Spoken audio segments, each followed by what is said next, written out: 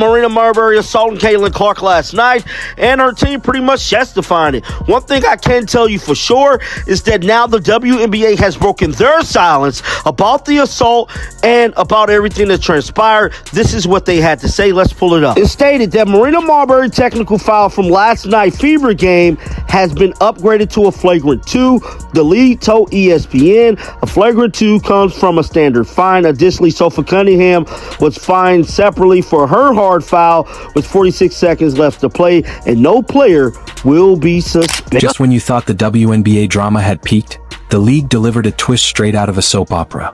Marina Mabrey responded, and trust me, it wasn't a peace offering. It was receipts, sarcasm, and pure shade.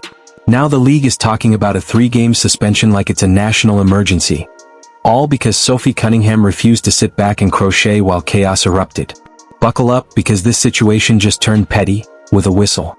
So Marina Mabrey has responded to the to everything that's going on in my opinion, the best way possible.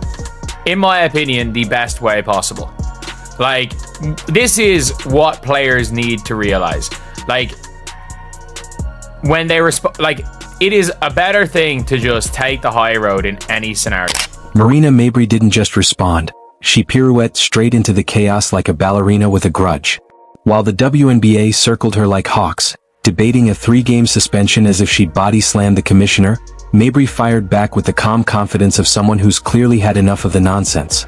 And can we talk about this potential ban for a second? Nothing screams, we're totally in control, quite like dangling disciplinary action over someone's head while the real mess keeps burning in the background. Because at the center of it all is Sophie Cunningham, who somehow went from defending a teammate to being turned into the league's latest cautionary tale. You don't have to touch her. But you trying to swat like you're LeBron James, it's not safe, man. It's not safe. Come on, fam. This is why you're getting called a dirty player. Because you're playing out of control. Even when you're guarding up somebody, you get the hacking dribblers, the ball handler. You get the hacking them. You get the slapping their arms when they get the ball. Even Kate Martin ended up pointing at you during her rival. Like, why you're not gonna call this ref? She's slapping the heck out of me. You have to control yourself. The irony here is so thick you could spread it on toast. Marina's so-called crime? Refusing to play the role of a silent prop in this bizarre soap opera. Yet somehow she's the one under review. Meanwhile, elbows are flying like it's dodgeball tryouts, and the refs are blinking through the chaos like confused Roombas trying to find their charging dock. And Marina's response? Oh, it had layers, humor, heat, and that unmistakable energy of someone who's got the receipts and the emotional support playlist ready to go.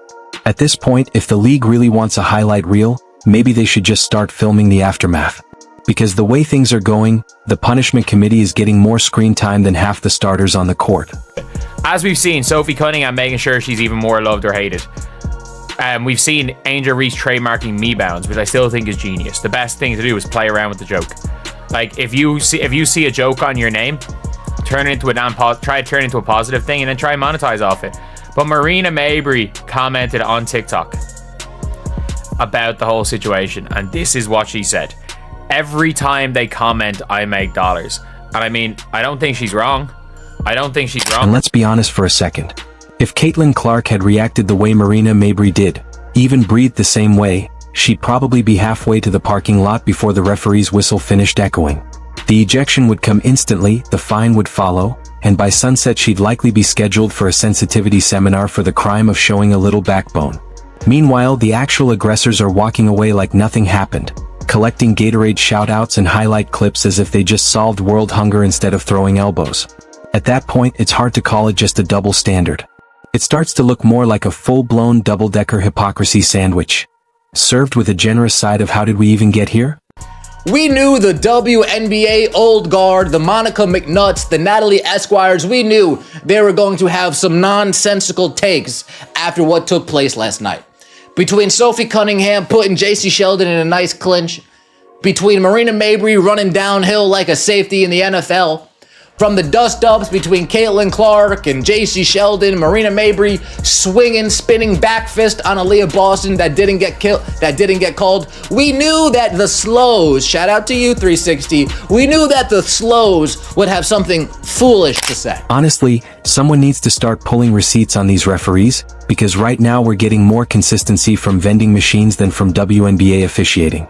It's like someone walked into a Foot Locker, handed every cashier a whistle and said, "Congratulations, you're now the moral compass of professional basketball."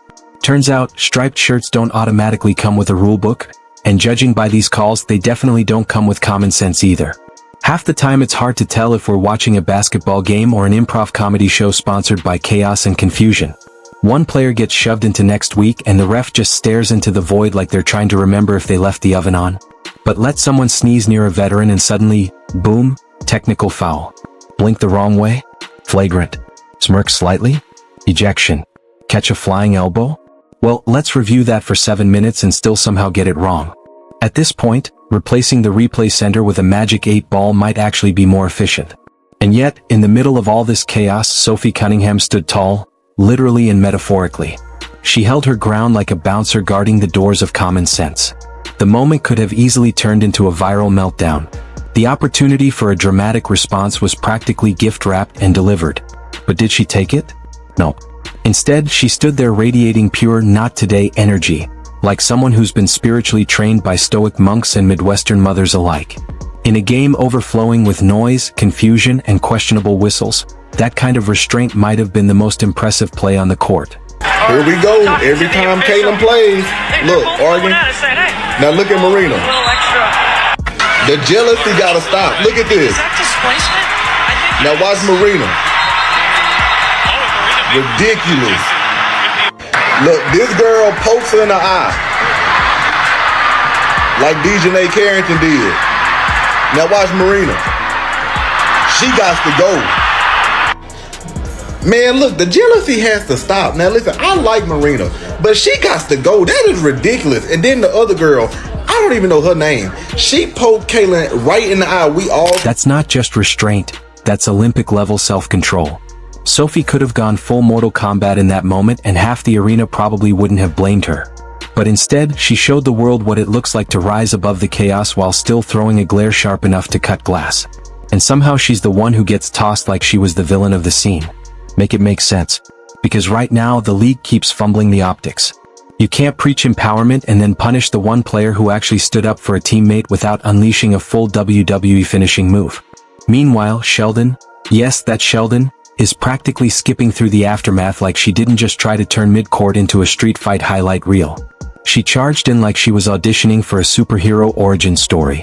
No cape, no backstory, just vibes and violence. But does she get escorted out? Of course not. Somehow Sophie's the one doing the walk of shame, for the crime of not uppercutting someone. At this point, give the woman a cape, or at least a medal, because what she showed was the kind of poise that apparently doesn't get rewarded in a league that thrives on chaos but punishes order. Sophie was the calm in the storm, and somehow the storm still walks away with the participation trophy. It's like watching someone rescue a cat from a tree and then fining them for climbing without a helmet. And the wild part? This isn't just about one game. It's part of a much bigger pattern. Caitlin Clark has been taking hits all season like she's training for a demolition derby. Elbows, shoves, blindsides, you name it. And every time she gets knocked into next week, the refs suddenly act like they've developed a temporary case of basketball-related amnesia.